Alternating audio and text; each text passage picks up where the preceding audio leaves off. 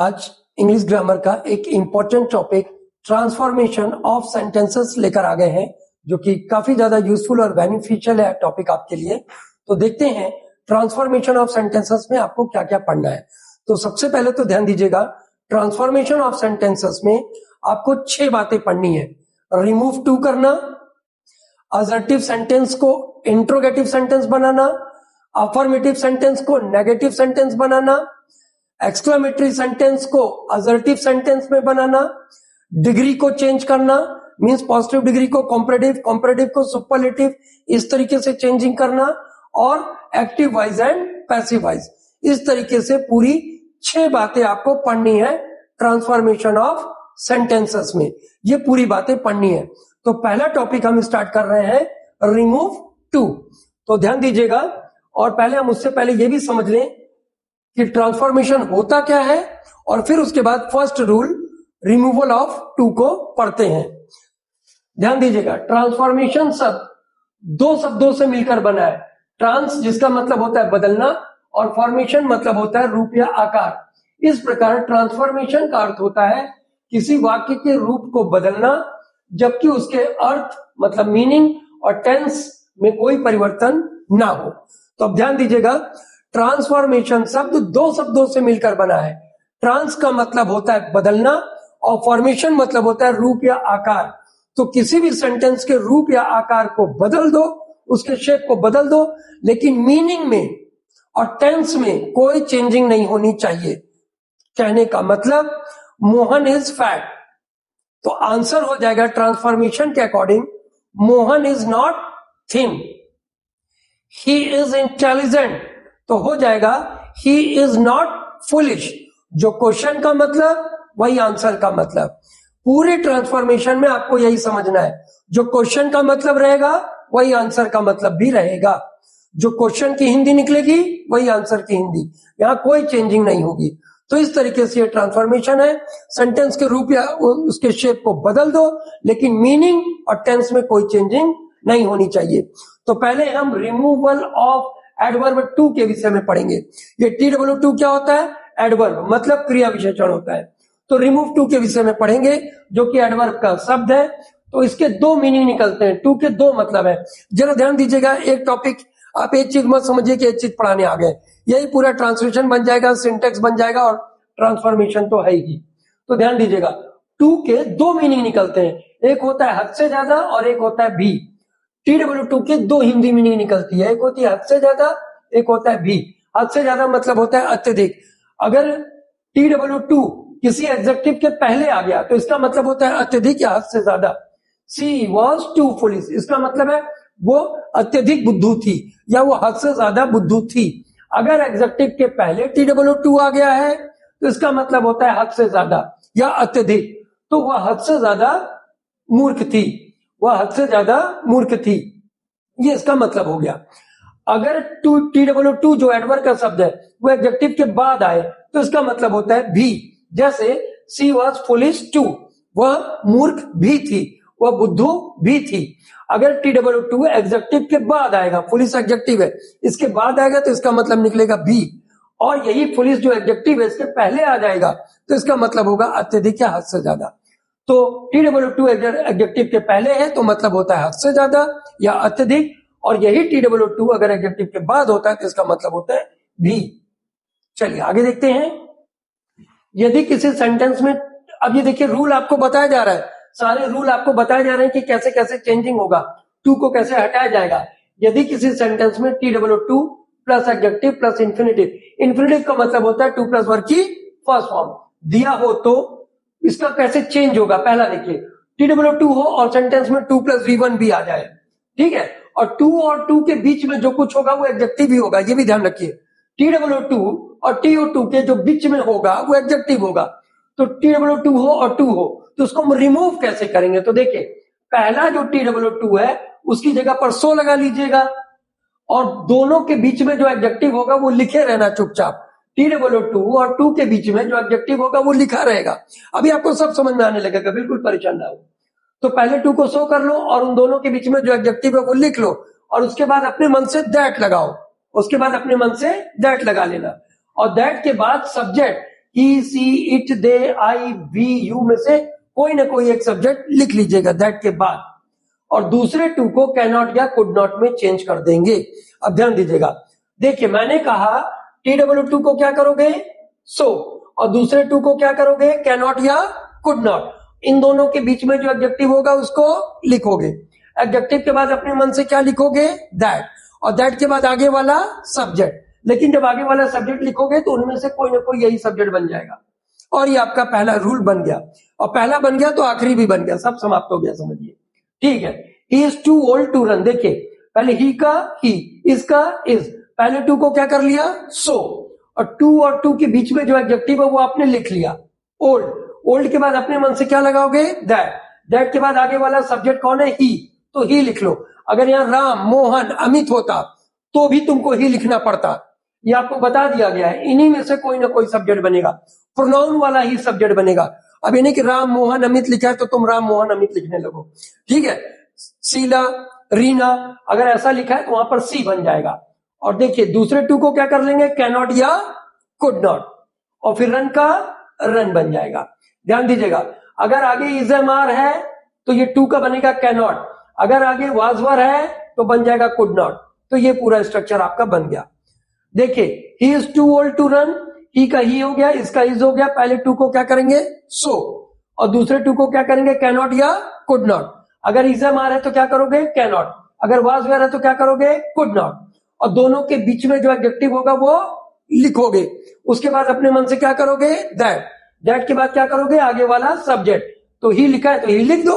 अगर मान लो कोई दूसरा लड़के का नाम होता तो भी तुमको ही करना पड़ता, और लड़की का नाम होता तो सी करना पड़ता, बस, और ये आंसर आपका बन गया। Next, the father is too weak to do this work. अब देखिए द का द हो गया, फादर का फादर हो गया, इसका इज हो गया। पहले टू को सो, फिर इन दोनों के बीच में जो एडजेक्टिव है वो लिख लो। उसके बाद अपने मन से दैट। दैट के बाद आगे वाला सब्जेक्ट। अब फादर क्या है, समझ ही रहे हो, ही हो जाएगा, क्योंकि कोई लड़के का नाम है तो ही हो जाएगा। और दूसरे टू को कैन नॉट या could not, is am are लिखा है इसलिए क्या बन गया, कैन नॉट, और फिर डू का डू, दिस का दिस, वर्क का वर्क, और ये आराम से बन गया। अब नेक्स्ट देखते हैं, इसका दूसरा स्ट्रक्चर है, दूसरा रूल है। यदि TW2 के बाद इन्फिनेटिव नेगेटिव हो, इन्फिनेटिव मतलब होता है 2 + V1, 2 + V1। यदि TW2 हो लेकिन जो इन्फिनेटिव हो वो नेगेटिव में आ जाए तो क्या करोगे, तो कुछ नहीं, वही पहला वाला रूल है पूरा का पूरा। बस ध्यान देना, जैसे शुरू से लेकर आखिरी तक होगा वैसे ही होगा। अगर इन्फिनेटिव नेगेटिव में आ गया तो ये जो दूसरे टू को मैं कैन नॉट या कुड नॉट करवा रहा था, यहां पर केवल कैन हो जाएगा, और पास्ट होगा तो कुड बन जाएगा, बस, और कुछ नहीं, बाकी पहले रूल की तरफ बना लिया जाएगा। He is too intelligent not to solve all the problems. He is too intelligent not to solve all the problems. देखिए तो ही का ही हो गया, इसका इज, पहले टू का सो, और दोनों के बीच में जो एडजेक्टिव लिखा रहेगा, टू और टू के बीच में जो एडजेक्टिव है वो लिख लो। उसके बाद अपने मन से दैट। दैट के बाद आगे वाला सब्जेक्ट, तो ही है तो ही लिख लो। लेकिन ये दूसरे टू को जो मैं कह रहा था कैन नॉट या कुड नॉट कर लो, आपकी बार नहीं करेंगे क्योंकि यहां नॉट आ गया है, इसलिए केवल इसको कैन लिखा जाएगा। और अगर यहां वाजवर होता तो कुड कर लेते, बस। तो अगर नॉट आ जाएगा तो केवल कैन, और नॉट गायब कर दो तो क्या बन जाएगा, कैन नॉट या कुड नॉट, ये ध्यान रखना। फिर सॉल्व का सॉल्व, ऑल का ऑल, द का द, प्रॉब्लम्स का प्रॉब्लम्स। ये आपका क्लियर हो गया। अब रूल 3 ध्यान दीजिएगा, यदि सेंटेंसेस में एडजेक्टिव के बाद ये शब्द आए हो, ध्यान दीजिएगा, यदि सेंटेंस में एडजेक्टिव के बाद ये शब्द आए हैं, जैसे for her, for him, for them, for us, for you, for me, तो इन्हीं का जो असली सब्जेक्ट बनेगा वही बन जाएगा। अभी तो अगर सेंटेंस में फॉर हिम आ गया तो उसकी जगह पर सब्जेक्ट ही बन गया, फॉर हर आ गया तो सी बन गया, फॉर देम आ गया तो दे बन गया, फॉर अस आ गया तो सब्जेक्ट भी बन गया, फॉर यू आ गया तो सब्जेक्ट यू बन गया। अभी तक जो मैं कह रहा था, दैट के बाद अपने मन से आगे वाला कर्ता ले लिया करो, दैट लिखने के बाद आगे वाला सब्जेक्ट ले लिया करो, जो सब्जेक्ट आगे वाला वही रख लो। लेकिन सेंटेंस में अगर for him, for her, for them, for you, for us करके आ गया तो आगे वाला सब्जेक्ट ना लिखकर इन्हीं का जो असली सब्जेक्ट बनता है वही लिख लिया जाएगा। ध्यान दीजिएगा, अगर TW2 हो और फिर टू आ जाए, लेकिन इस सेंटेंस में for me, for us, for them, for you, for her ऐसे शब्द आ जाए तो जो दैट के बाद आगे वाला सब्जेक्ट ले लिया जाता था वो नहीं लिया जाएगा, बल्कि इन्हीं का जो सब्जेक्ट बनेगा वही लिख लिया जाएगा। जैसे फॉर मी का असली सब्जेक्ट क्या बन जाएगा? आई। फॉर मी का क्या बन जाएगा असली सब्जेक्ट? आई। फॉर हिम का ही, फॉर देम का दे, फॉर अस का वी, फॉर यू का यू। इस टाइप से चेंज हो जाएगा। देखिए, tree is too high for me to climb. अब देखिए, कुछ नहीं, पहले टू का सो, दूसरे टू का कैन नॉट या कुड नॉट, और दोनों के बीच में जो एडजेक्टिव होगा वो लिखेंगे, अभी भी तो लिखे, और उसके बाद अपने मन से दैट लेंगे, अभी भी तो लिए हैं। लेकिन अगर for me, for us, for them, for you आ गया तो दैट के बाद जो आगे वाला सब्जेक्ट लेते थे वो नहीं लिखेंगे, बल्कि इन्हीं को लिख लिया जाएगा। तो देखिए, ट्री का ट्री, चलिए द लिखा है, द ट्री, क्वेश्चन में भी द लगा लीजिए आप। The tree is too high for me to climb, तो द का द हो गया, ट्री का ट्री हो गया, इसका इज हो गया, पहले टू का सो हो गया, ठीक, और टू के बीच में जो एडजेक्टिव है वो लिखेंगे, अभी भी लिख लिया। उसके बाद अपने मन से दैट, और दैट के बाद आगे वाला सब्जेक्ट नहीं लिखेंगे, बल्कि यही सब्जेक्ट बन जाएगा। फॉर मी का आई बन जाएगा, और दूसरे टू को जैसे कैन नॉट या कुड नॉट करते हैं वैसे अभी भी कर लो। तो टू का कैन नॉट और क्लाइंब का क्लाइंब, और फिर लास्ट में अपने मन से आप इट लगा दीजिए ताकि सही से उसका सेंस निकल आए। तो जाएगा the tree is so high that I can not climb it, कि मैं उस पर नहीं चढ़ सकता हूं, और ये आंसर आपका बन गया। Next, it was too hot for him to go out. अब देखिएगा, फिर वही बात, इट का इट, वॉज का वॉज, पहले टू का सो, और दोनों टू, टी डबल ओ और टू, दोनों के बीच में जो एडजेक्टिव है वो लिखेंगे। उसके बाद अपने मन से दैट, और दैट के बाद आगे वाला सब्जेक्ट ना लिखकर यही फॉर हिम का असली सब्जेक्ट क्या बन जाएगा? ही। और दूसरे टू को क्या कर देंगे? Could not. क्यों? क्योंकि वाजवर आ गया, अगर वाजवर आ गया तो कुड नॉट हो जाएगा, और गो का गो, आउट का आउट। अभी ध्यान दीजिएगा। अब नेक्स्ट रूल देखते हैं। यदि सेंटेंस का सब्जेक्ट नॉन लिविंग हो, जैसे अब ये एग्जांपल में है न्यूज, माउंट एवरेस्ट, सन, ये सब नॉन लिविंग सब्जेक्ट आ गया है, तो दैट के बाद इट या वन का यूज करते हैं। यदि सब्जेक्ट नॉन लिविंग हो, यदि सब्जेक्ट नॉन लिविंग हो, जैसे न्यूज, माउंट एवरेस्ट, द सन, तो दैट लिखने के बाद या तो सब्जेक्ट इट लिखेंगे या तो वन लिखेंगे। इस चीज को ख्याल रखिएगा, ध्यान दीजिए। The news is too good to be true, अभी आगे वाला क्या है? नॉन लिविंग, सब्जेक्ट क्या है? नॉन लिविंग, और इसमें देखिए for him, for us, for them नहीं आया है, ये ध्यान दीजिएगा। तो दैट के बाद मैं क्या करूंगा? अगर नॉन लिविंग सब्जेक्ट है तो दैट के बाद मैं सब्जेक्ट जो है अपने मन से इट ले लूंगा या वन ले लूंगा, दो में से कोई एक लेना पड़ेगा। लेकिन जब इट होगा तो इट ही होगा, जब वन होगा तो वन ही होगा, नहीं तो मार्क्स चले जाएंगे आपका, ध्यान दीजिएगा। The news is too good to be true, देखिए, तो द का द, न्यूज का न्यूज, इसका इज, पहले टू का सो, और टू के बीच में जो एडजेक्टिव आया वो लिखेंगे, अभी भी लिखेंगे। उसके बाद अपने मन से दैट लेंगे, ले लिए दैट, दैट के बाद आगे वाला सब्जेक्ट लिखेंगे।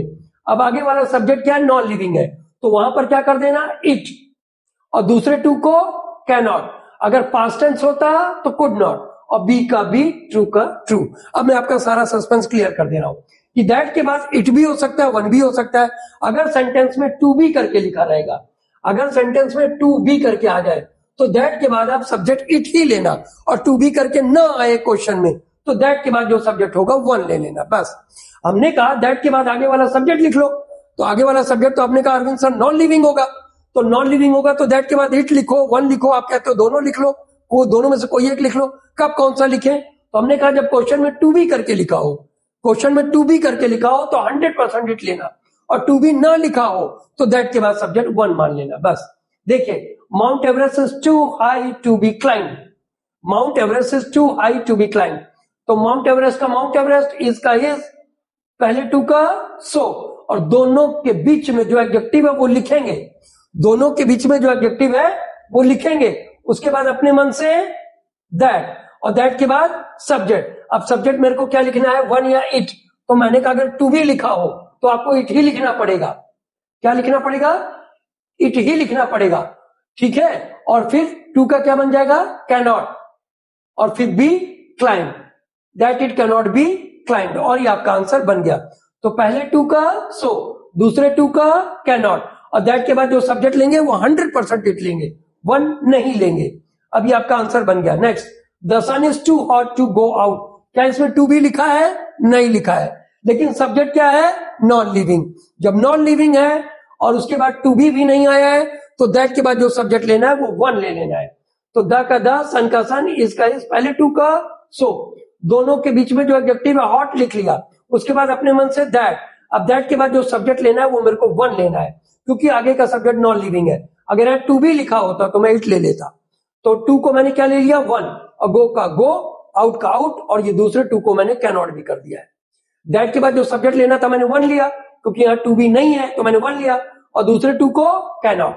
भाई पहले टू का सो और दूसरे टू का कैन नॉट, तो नॉर्मल सी बात। और फिर गो का गो, आउट का आउट, और दैट के बाद जो मैंने सब्जेक्ट लिया वो वन ले लिया, क्योंकि आगे वाला सब्जेक्ट नॉन लिविंग है, और नॉन लिविंग हो तो वन ले लेना।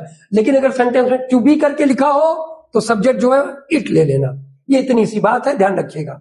नेक्स्ट, यदि TW2 के बाद इंफिनिटिव मतलब होता है 2 + V1 ना दिया हो, तो 2 को हटाकर उसके स्थान पर extremely, over, beyond the proper limit, इन शब्दों का प्रयोग करते हैं, कोई एक करते हैं। देखिए TW2 है, एडवर्ब 2 तो है, लेकिन 2 + V1 गायब हो गया। अब इन सेंटेंस में TW2 है लेकिन दूसरा वाला 2 गायब हो गया। तो ऐसे हालात में 2 को हटाकर या तो ओवर, या तो एक्सट्रीमली, या तो बियॉन्ड द प्रॉपर लिमिट का यूज कर लेना। The weather is too hot, तो द का द, वेदर का वेदर, इसका इज, और ये जो पहला वाला 2 है इसकी जगह पर एक्सट्रीमली कर लो। ना पसंद आए तो ओवर कर लो, और ना पसंद आए तो बियॉन्ड द प्रॉपर लिमिट कर लो। अब कैसे कर लो देखिएगा, पूरा स्ट्रक्चर देखिए। TW2 को क्या कर लो? एक्सट्रीमली, और नहीं पसंद है तो क्या कर लो? ओवर। और लेकिन बियॉन्ड द प्रॉपर लिमिट लिखेंगे तो उसका कुछ ध्यान देने वाली बात है। The weather is too hot, इसका बनेगा the weather is hot, the weather is hot, और तब उसके बाद लिखेंगे बियॉन्ड द प्रॉपर लिमिट। यहां पर तो 2 को हटाकर सीधे एक्सट्रीमली कर लिया, 2 को हटाकर सीधे ओवर कर लिया।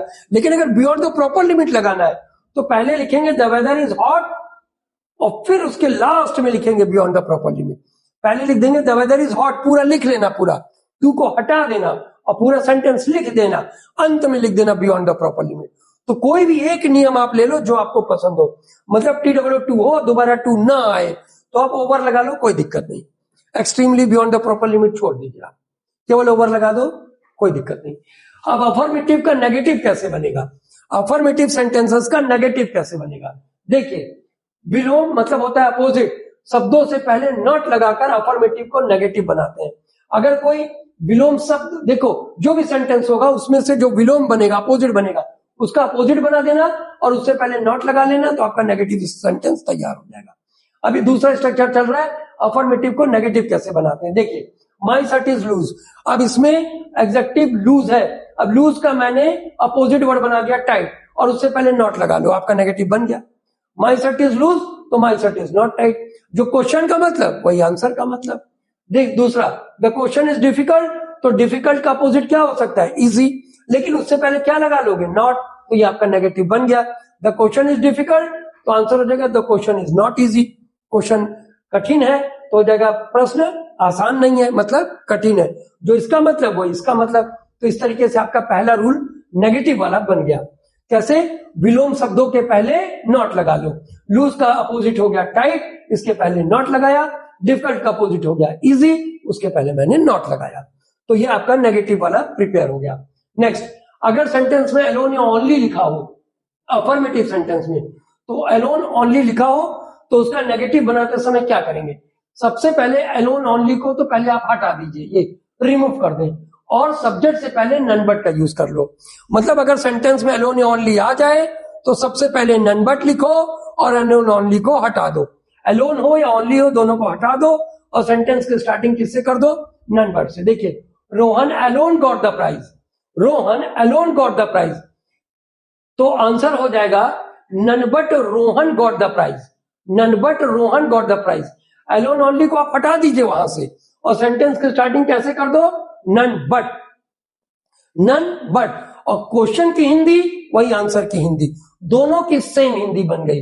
Rohan alone got the prize, केवल रोहन इनाम पाया, तो आंसर हो गया कोई नहीं, कोई नहीं बल्कि रोहन इनाम पाया। तो जो क्वेश्चन का हिंदी निकला वही आंसर का। मतलब अगर सेंटेंस में अलोन हो, ओनली हो, तो दोनों को गायब कर दो और सेंटेंस की स्टार्टिंग कैसे कर दो? None but. दूसरा, only a fool could have done it, केवल मूर्ख ऐसा कर सकता था। केवल मूर्ख स्टूपिड पर्सन ही ऐसा कर सकता था। तो अलोन ओनली को हटा दो, सेंटेंस के स्टार्टिंग नन बट से कर दो, तो none but a fool could have done it, और ये आंसर आपका तैयार हो गया। तो ये आपका नेगेटिव सेंटेंस तैयार होता जा रहा है। नेक्स्ट, अगर सेंटेंस में एज सून एज और कॉमा आ गया, एज सून एज का पेयर है, जोड़ा है कॉमा, एज सून एज है तो कॉमा उसके साथ रहेगा, तो उसको हटाकर नेगेटिव बनाते समय नो सूनर डिड कर देंगे। क्या कर देंगे? नो सूनर डिड, और कॉमा की जगह पर देन का यूज कर देंगे और आपका नेगेटिव बन जाएगा। ध्यान दीजिएगा, यदि सेंटेंस की शुरुआत एज सून एज से हो और उसमें कॉमा भी लगा हो, तो एज सून एज को हटाकर नो सूनर डिड कर देंगे, और दूसरा जो कॉमा लगा रहेगा उसकी जगह देन कर देंगे। बस इतनी सी बात। एज सून एज का नो सूनर डिड और कॉमा का देन, आंसर आपका तैयार हो जाएगा। जो क्वेश्चन का मतलब वही आंसर का मतलब। As soon as he saw the dog, जैसे उसने डॉग को देखा, कॉमा का मतलब वैसे ही रैन अवे, वह भाग गया। तो आंसर बनेगा एज सून एज को हटाकर नो सूनर डिड, फिर ही का ही, सॉ का सी, क्योंकि डू डज डिड के साथ जीवन भर वर्ग की फर्स्ट फॉर्म आती है, इसलिए सी हो गया। द का द, डॉग का डॉग, और कॉमा का मैंने क्या कहा था? देन, और फिर ही रैन अवे का ही रैन अवे हो जाएगा, जैसे का तैसा। और इसका भी हिंदी वही निकला, जैसे उसने कुत्ते को देखा वैसे ही वह भाग गया। दोनों की सेम हिंदी हो गई। अगला, यदि अफर्मेटिव सेंटेंस सिंपल पास्ट में हो, मतलब पास्ट इंडेफिनिट, तो नेगेटिव बनाते समय स्ट्रक्चर होगा। देखिए, अगर पास्ट इंडेफिनिट का सेंटेंस, अब कैसे जाने पास्ट इंडेफिनिट? सब्जेक्ट के बाद वर्ब की सेकंड फॉर्म। ये देखिए, सॉ क्या है? वर्ब की सेकंड फॉर्म, सब्जेक्ट के बाद वर्ब की सेकंड फॉर्म आ गई, तो ये पास्ट इंडेफिनिट है। पास्ट इंडेफिनिट अगर सेंटेंस आ गया है और उसका नेगेटिव बनवाएंगे, तो आप क्या करना? पहले सब्जेक्ट लिख देना, सब्जेक्ट के बाद डिड नॉट फेल टू लिख के वर्ब की फर्स्ट फॉर्म, आपका आंसर आ जाएगा। अगर पास्ट इंडेफिनिट है और वो अफर्मेटिव सेंटेंस पास्ट इंडेफिनिट का है, तो उसका नेगेटिव बनाते समय सब्जेक्ट के बाद डिड नॉट फेल टू और वर्ब की फर्स्ट फॉर्म लगा देना। तो पहले सब्जेक्ट ही है तो ही लिखो, उसके बाद अपने मन से डिड नॉट फेल टू लगाओ, और टू के बाद वर्ब की फर्स्ट फॉर्म, सॉ का सी, टू के बाद वैसे भी जीवन भर फर्स्ट फॉर्म आएगी, और द का द और ताज का ताज, आपका आंसर बन गया नेगेटिव। नेक्स्ट, डिग्री वाली भी नेगेटिव आती है। कौन सी? डिग्री वाली। Your brother is as wise as you, तुम्हारा भाई इतना बुद्धिमान है जितना कि तुम। ध्यान दीजिएगा, ये पॉजिटिव सेंटेंस है, एज मतलब होता है पॉजिटिव, तो इसका आपको बनाना है नेगेटिव, या समझ लो बनाना है कॉम्परेटिव। एज मतलब क्या है? पॉजिटिव। अब इसको चाहे हम कह दें कॉम्परेटिव बनाओ, चाहे इसको कह दें कॉम्परेटिव डिग्री बनाओ, चाहे इसको कह दें नेगेटिव बनाओ, चाहे जो कहेंगे आंसर वही आएगा। देखिए, your brother is as wise as you, your brother is as wise as you. अब इसकी कॉम्परेटिव डिग्री बनानी है या नेगेटिव बनानी है, दोनों हालत में आंसर वही होगा। तो देखिए, आगे वाला जो पीछे वाला सब्जेक्ट है वो आगे चला जाएगा, आगे वाला सब्जेक्ट पीछे चला जाएगा। एक तरह से समझ लीजिए पॉजिटिव डिग्री है। तो यू को आगे लेकर चले जाओ, फिर यू के साथ हमेशा क्या लगेगा? आर। इसमें नॉट नहीं है तो यहां नॉट लगेगा, और अगर इसमें नॉट होता तो यहां नॉट हट जाता, बस इतनी सी बात। तो यू आर नॉट, और क्योंकि ये कॉम्परेटिव बना रहे हैं तो वाइज का क्या बन जाएगा? वाइजर। और जैसे ही आर आया वैसे ही देन आया, और जैसे ही देन आया वैसे ही आगे वाला सब्जेक्ट आया। तो ई आर के बाद तुरंत अगर कॉम्परेटिव बना रहे हो तो देन लगबे करेगा, और देन के बाद आगे वाला सब्जेक्ट। तो सब्जेक्ट कौन है? योर ब्रदर, तो ये ले लो पीछे, मतलब जो पीछे वाला सब्जेक्ट होगा वो आगे आ जाएगा, और जो आगे वाला है वो पीछे चला जाएगा। इस तरीके से चाहे इसको डिग्री मानो चाहे नेगेटिव सेंटेंस मानो। यहां नॉट नहीं था तो नॉट लग गया। अब ध्यान दीजिएगा, Ram is visor then Mohan, क्या इसमें नॉट है? नहीं, तो आंसर में नॉट लगेगा, मतलब नेगेटिव बना रहे हैं तो नॉट लगेगा। ये कॉम्परेटिव डिग्री है क्योंकि ई आर लगा है तो कॉम्परेटिव है। अब मैं इसको पॉजिटिव बनाऊंगा, इसको पॉजिटिव बनाऊंगा, या तो एज या सो एज करके बनेगी पॉजिटिव डिग्री। अगर नॉट आ जाता है तो सो एज लगाना पड़ता है, अगर नॉट आ जाता है तो सो एज लगाना पड़ता है। तो देखिए, पीछे वाला सब्जेक्ट आगे, आगे वाला सब्जेक्ट पीछे। अब ये चाहे कॉम्परेटिव समझो चाहे नेगेटिव समझो, दोनों रकम से आता है। तो Ram is visor then Mohan, तो पहले मोहन ले लो, फिर भाई सिंगुलर है तो इज ले लिया, यहां नॉट नहीं था तो मैंने नॉट लगा लिया, और ये कॉम्परेटिव है तो मैं इसको पॉजिटिव बना रहा हूं। नॉट के बाद अगर पॉजिटिव बनेगी तो एज नहीं बनेगा बल्कि सो एज, और चाहे एज हो चाहे सो एज हो, दोनों के बीच में एडजेक्टिव होता है। और कौन सी एडजेक्टिव होती है? पॉजिटिव वाली होती है। तो Mohan is not so wise as फिर आगे वाला कर्ता लिख देंगे राम, और ये आंसर आपका बन गया। यहाँ नॉट नहीं था तो मैंने नॉट ले लिया, और पॉजिटिव बनानी थी तो नॉट के साथ सो एज का ही पेयर आता है, और दोनों के बीच में मैंने एडजेक्टिव लिख दिया, ठीक है, और वो भी पॉजिटिव डिग्री की। आंसर हमारा ये बन गया। अब असर्टिव सेंटेंस को इंट्रोगेटिव कैसे बनाया जाएगा ये देखेंगे। अगर सेंटेंस असर्टिव है उसका इंट्रोगेटिव, तो पहला स्ट्रक्चर, यदि सेंटेंस का प्रारंभ या स्टार्टिंग नो वन, नो बडी, नन से हो तो इंट्रोगेटिव बनाते समय इन शब्दों की जगह पर हु लिख के पूरा सेंटेंस सेम टू सेम लिखकर पीछे क्वेश्चन मार्क लगा दो आप। फिर से, अगर क्वेश्चन में लिखा हो नो वन, नो बडी, नन, तो इनको हटा दो, इनकी जगह पर हु लिख दो, पूरा सेंटेंस कॉपी पेस्ट कर दो और लास्ट में क्वेश्चन मार्क लगा दो, इंट्रोगेटिव बन गया। नो वन हो चाहे नो बडी हो चाहे नन हो, इसकी जगह पर क्या ले लो, हु, फिर नोज का नोज, यू का यू, टुडे का टुडे, और लास्ट में क्वेश्चन मार्क, क्योंकि मेरे को इंट्रोगेटिव कह रहा है बनाने के लिए। तो ये आपका सेंटेंस बन गया। दूसरा, nobody would like to be a slab, nobody would like to be a slab, तो no one हो चाहे none हो चाहे nobody हो, इनकी जगह पर who लिखेंगे, पूरा का पूरा सेंटेंस सेम टू सेम उतार देंगे, लास्ट में क्वेश्चन मार्क लगा देंगे और आंसर आपका बन जाएगा। जो क्वेश्चन की हिंदी वही आंसर की हिंदी, जो क्वेश्चन की हिंदी निकल रही है वही आंसर की Hindi. nobody would like to be slab, कोई गुलाम होना पसंद नहीं करेगा, तो आंसर बना कौन गुलाम होना पसंद करेगा, मतलब कोई नहीं। यही पूरा ट्रांसफॉर्मेशन है, जो प्रश्न का हिंदी निकल रही है वही आंसर की भी हिंदी निकल रही है। नेक्स्ट, यदि एवरीवन एवरीबॉडी आ जाए, यदि एवरीबॉडी एवरीवन आ जाए और उसका इंट्रोगेटिव बनाने के लिए बता दिया जाए, तो एवरीवन एवरीबॉडी को हटाकर पहले हु लिखो और उसके बाद हेल्पिंग वर्ब लिखो, हेल्पिंग वर्ब के बाद नॉट लगाओ, आपका इंट्रोगेटिव बन जाएगा, लास्ट में क्वेश्चन मार्क। यदि अपर में जो एडजेक्टिव सेंटेंस है उसका प्रारंभ एवरीवन या एवरीबॉडी से हो, तो इंट्रोगेटिव बनाते समय पहले हु लिखो और एवरीवन एवरीबॉडी को हटा दो, उसके बाद हेल्पिंग वर्ब लिखो जो भी दी है, और नहीं दी है तो अपने मन से बनाओ, उसके बाद नॉट लगाओ, नॉट के बाद वर्ब की फर्स्ट फॉर्म और लास्ट में क्वेश्चन मार्क लगा दो, इंट्रोगेटिव बन गया। तो एवरीवन एवरीबॉडी कुछ भी लिखा हो, likes to become great, everybody likes to become great, सब लोग महान या बड़ा होना पसंद करते हैं, तो एवरीवन एवरीबॉडी की जगह हु ले लो और उसके बाद नॉट लगाना पड़ेगा, लेकिन पहले हेल्पिंग वर्ब लेना पड़ेगा।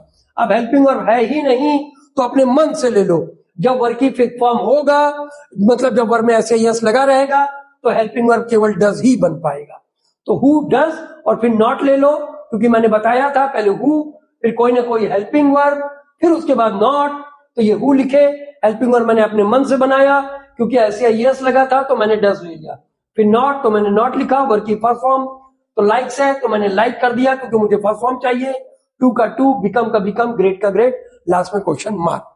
नेक्स्ट, एवरीबॉडी नोज हिम, सब लोग उसको जानते हैं, तो एवरीबॉडी का क्या बन जाएगा, हु, फिर हेल्पिंग वर्ब मैंने अपने मन से ले लिया क्योंकि नोज वर्ब की फिफ्थ फॉर्म है तो मेरे को डज ही लेना पड़ेगा, फिर उसके बाद नॉट ले लिया मैंने, नॉट था तो नॉट ले लिया, फिर वर्ब की फर्स्ट फॉर्म, तो नोज का नोज वर्ब की फर्स्ट फॉर्म बनेगी नो, और हिम का हिम, लास्ट में मैंने क्वेश्चन मार्क ले लिया। अगला, एवरीबॉडी लव्स हिज मदरलैंड, सब अपनी मातृभूमि से प्यार करते हैं, तो आंसर बन रहा है कौन अपनी मातृभूमि से प्यार नहीं करता, मतलब सब करते हैं, तो एवरीवन एवरीबॉडी का हु लिखो, लव्स का क्या बन जाएगा, डज, क्योंकि ये वर्ब की फिफ्थ फॉर्म है, फिफ्थ फॉर्म की वजह से हेल्पिंग वर्ब अपने मन से क्या लेंगे, डज, फिर नॉट और लव्स को हटाकर लव, फिर हिज मदरलैंड। देखिए लव्स की वजह से मैंने ये डज कर दिया क्योंकि लव्स है फिफ्थ फॉर्म है, फिफ्थ फॉर्म होने पर डज मैंने ले लिया, फिर नॉट लेना था नॉट लिया, फिर वर्ब की फर्स्ट फॉर्म है तो लव्स का लव, हिज मदरलैंड का his motherland. Next, everybody would like to be rich, सब लोग धनी होना पसंद करेंगे, तो एवरीबॉडी का हु, फिर यहां पहले ही हेल्पिंग वर्ब ले लिया, पहले ही मिल गई तो मेरे को क्या जरूरत अपने मन से लेने की, यहां हेल्पिंग वर्ब मिल गया वुड, तो मैंने वुड ले लिया, फिर नॉट लेना पड़ेगा, ये नॉट हेल्पिंग वर्ब, फिर नॉट लेना पड़ेगा, फिर वर्ब की फर्स्ट फॉर्म लाइक, फिर टू बी रिच, लास्ट में क्वेश्चन मार्क, और ये मेरा इंट्रोगेटिव बन गया। नेक्स्ट सेंटेंस, अगर कोई भी एडजेक्टिव सेंटेंस में नेवर आ गया, अगर नेवर वाले वाक्य ध्यान दीजिएगा, नेवर वाले वाक्य में रूल 3 बन रहा है, यदि एडजेक्टिव सेंटेंस में नेवर है और उसका हमको कह रहे हैं इंट्रोगेटिव बनाओ, तो नेवर को हटाकर एवर कर दो, बन गया इंट्रोगेटिव, लेकिन हेल्पिंग वर्ब को बाहर कर देना बस, क्योंकि बचपन से पढ़ा गया हेल्पिंग वर्ब को बाहर करने से इंट्रोगेटिव बनता है। नेवर का एवर और हेल्पिंग वर्ब को बाहर कर दो, लास्ट में क्वेश्चन मार्क लगा दो, बन गया interrogative. He will never forget my kindness, वो मेरी दयालुता को कभी नहीं भूलेगा, तो पहले तो विल को बाहर करो तभी तो इंट्रोगेटिव बनेगा। और नेवर क्या क्या कर दोगे, एवर, तो will he ever forget my kindness, last में क्वेश्चन मार्क। दूसरा भी तरीका है, एक और तरीका है, ऐसे भी बना सकते हो। दूसरा तरीका देखिए, वेन लगाकर, लेकिन अगर वेन लगेगा तो न नेवर रहेगा न एवर रहेगा, ये भी ध्यान रखना। वेन से भी बन सकता है और ध्यान रखना जरूरी है, इसलिए बता रहे हैं।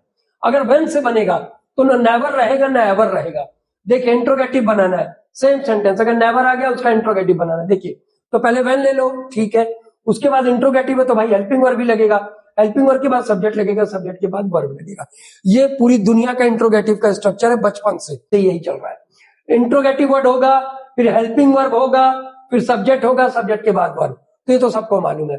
इंट्रोगेटिव बनाना है तो पहले वेन, वेन के बाद हेल्पिंग वर्ब, विल है तो विल, फिर सब्जेक्ट लिखेंगे ही, उसके बाद वर्ब की जो वर्ब है वही लिख दो, फॉरगेट, फिर जो बचा माई काइंडनेस, माई काइंडनेस, लास्ट में क्वेश्चन मार्क, आंसर आपका बन गया। ये सब कुछ नहीं है, ठीक है जी। अच्छा ये ब्रैकेट है, चलिए कोई बात नहीं, ब्रैकेट था, ठीक है। दूसरा इस तरीके से भी बन सकता है। अगला, the sun can never rise in the west, the sun can never rise in the west, सूर्य कभी पश्चिम में नहीं निकल सकता है, सूर्य कभी भी पश्चिम में उदय नहीं हो सकता, ये क्वेश्चन है।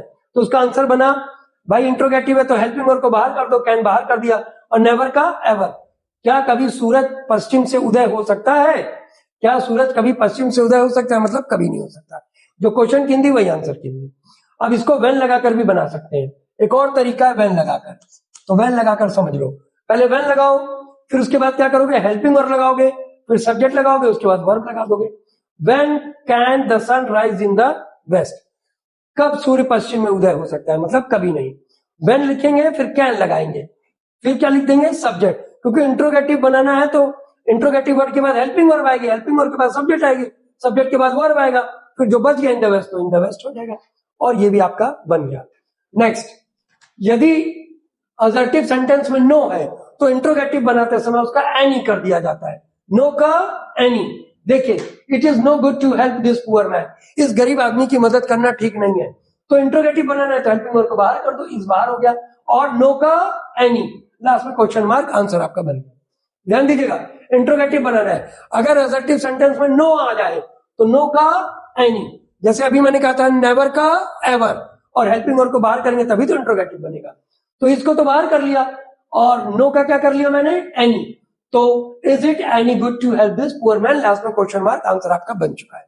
नेक्स्ट, अगर ये सारे नियम ना आए, अगर नो वन नोबडी ना आएगा तो हु लगा लेना, एवरीवन एवरीबडी आएगा तो हु लिख के हेल्पिंग वर्ब नॉट लगा लेना, और नो आएगा तो एनी कर लेना, नेवर आएगा तो एवर कर लेना, और ये कुछ ना आए तो जान जाना वही आखिरी वाला नियम है।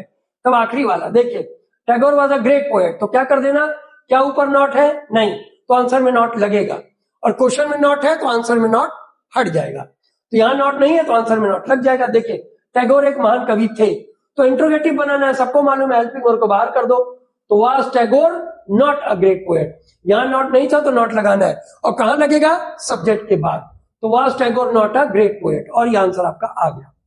नेक्स्ट देखिए, you can not win this match, not आ गया ना, नॉट आ गया तो आंसर में नॉट हट जाएगा। You can not win this match, तुम यह मैच नहीं जीत सकते हो, तो can you win this match, क्या तुम्हारे द्वारा, क्या तुम यह मैच जीत सकते हो, can you win this match, क्या तुम यह मैच जीत सकते हो, मतलब नहीं जीत सकते हो।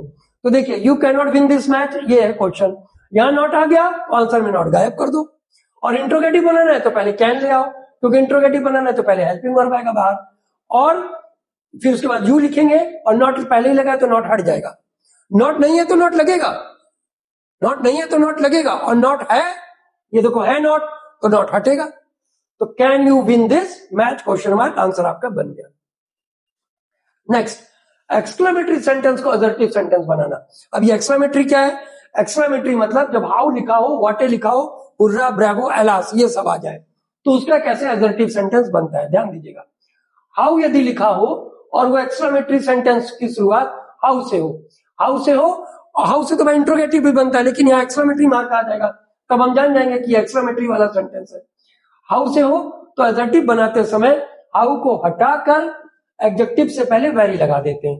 तो छोटी सी बात देखिए, हाउ है, एक्सक्लेमेशन मार्क है, तो ये एक्सक्लेमेटरी सेंटेंस है, बनाना है एडजेक्टिव, तो हाउ का क्या कह रहा है, बना दो वेरी, बस हो गया। और असर्टिव सेंटेंस बनाना है तो पहले सब्जेक्ट लिखो, सब्जेक्ट कौन है, द स्नैक, फिर हेल्पिंग वर्ब लिखो इज, क्योंकि भाई असर्टिव सेंटेंस की शुरुआत सब्जेक्ट से होती है, फिर हेल्पिंग वर्ब होती है, तो पहले द स्नैक लिखो, फिर इज लिखो, और हाउ का क्या बना दो, वेरी, और फियरफुल का फियरफुल, आपका असर्टिव सेंटेंस बन गया। हाउ का वेरी, बस इतनी सी बात ध्यान रखेंगे। और असर्टिव है तो पहले सब्जेक्ट फिर हेल्पिंग वर्ब, हाउ का वेरी और फियरफुल का फियरफुल। अगला नेक्स्ट है व्हाटे अगर लिखा हो, यदि एक्सक्लेमेटरी सेंटेंस का प्रारंभ व्हाटे से हो तो एडजेक्टिव बनाते समय व्हाटे को हटाकर उसकी जगह क्या लगा देते हैं, ए वेरी, क्या लगा देते हैं, ए वेरी। अगर व्हाटे लिखा हो तो व्हाटे को हटाकर क्या कर देंगे, अ वेरी। हाउ लिखा हो, वेरी, व्हाटे लिखा हो, ए वेरी, और क्या बनाना है, adjective. What a beautiful building the Taj is, तो पहले सब्जेक्ट ले लो द ताज, फिर हेल्पिंग वर्ब ले लो इज, और व्हाटे का क्या बना दो, अ वेरी, और ब्यूटीफुल बिल्डिंग का ब्यूटीफुल बिल्डिंग, आंसर आपका तैयार। तो ये तरीके से बन जाएगा असर्टिव, इसलिए पहले सब्जेक्ट फिर हेल्पिंग वर्ब, व्हाटे का बनेगा ए वेरी, उसके बाद जो लिखा वही लिख दीजिए, आंसर बन गया। नेक्स्ट अगला रूल लिखा हुआ है, अगर सेंटेंस में O that, would that, could that, if only, O for, अगर सेंटेंस का प्रारंभ O that, would that, could that, if only, O for, अगर इन शब्दों से हो तो इन शब्दों को हटाकर और असर्टिव बनाते समय आई विश दैट का यूज कर देंगे। क्या लगा देंगे, आई विश दैट। इन सभी शब्दों की हिंदी होती है काश, इन सभी शब्दों का हिंदी होता है काश। देखिए यदि सेंटेंस की starting O that, would that, could that, if only, O for, ETC इत्यादि शब्दों से हो तो एक्सक्लेमेटरी से असर्टिव बनाते समय इनको हटाकर शुरुआत में आई विश दैट लिखते हैं, और इन शब्दों की हिंदी होती है काश, और आई विश दैट का भी मतलब हो गया काश। तो if only I could see my mother now, ठीक है ना, काश मैं अपनी मम्मी को दोबारा देख सकता, तो इफ ओनली की जगह पर क्या कर देना, हटाकर आई विश दैट, और पूरा वाक्य वैसे ही कॉपी पेस्ट कर देना और लास्ट में फुल स्टॉप, क्योंकि हम असर्टिव बना रहे हैं, असर्टिव सेंटेंस बना रहे हैं। Would that they were safe, would that they were safe, तो वुड दैट को हटाकर क्या कर देंगे, आई विश दैट, और दे वर सेफ का दे वर सेफ लास्ट में फुल स्टॉप का यूज कर देना, और ये आंसर आपका बन जाएगा। नेक्स्ट, अगर हुर्रा हो, ब्रेवो हो, एलास हो तो एक्सक्लेमेटरी को असर्टिव बनाने का तरीका, यदि एक्सक्लेमेटरी सेंटेंस की शुरुआत इन शब्दों से हो, हुर्रा जिसका मतलब खुशी, ब्रेवो मतलब प्रशंसा, ब्रेवो की हिंदी होती है शाबाश शाबाश, एलास दुख को बताता है, तो इन्हें हटाकर निम्न स्ट्रक्चर बनाते हैं। अगर एक्सक्लेमेटरी सेंटेंस में हुर्रा, ब्रेवो, एलास हो तो इनको हटाकर क्या बनाते हैं बता दे रहे हैं।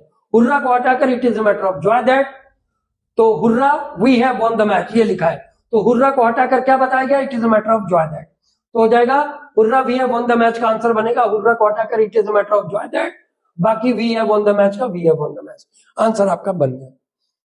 नेक्स्ट, अगर आ गया ब्रेवो, ब्रेवो माने होता है शाबाश शाबाश, तो ब्रेवो को हटाकर it is a matter of praise that लगा दो। देखिए bravo, you spoke so well, you spoke so well, तो ब्रेवो को हटाकर it is a matter of praise that, बाकी यू का यू, स्पोक का स्पोक, सो का सो, वेल का वेल, आंसर आपका आ गया। अगर एलास आ जाए तो एलास की जगह पर it is a matter of sorrow that, alas को हटाकर उसकी जगह it is a matter of sorrow that, बाकी सेम टू सेम सेंटेंस आप लिख लो। तो alas he is no more, no more मतलब उसकी मृत्यु हो गई है, वो दुनिया में नहीं है, तो एलास को हटाकर it is a matter of sorrow that, बाकी ही इज नो मोर का ही इज नो मोर, और इस तरीके से आंसर आपके सब बन गए। तो ये पूरा टॉपिक हमने समाप्त किया है। अब आप आपसे मिलते हैं नेक्स्ट वीडियो में। जय हिंद, जय भारत।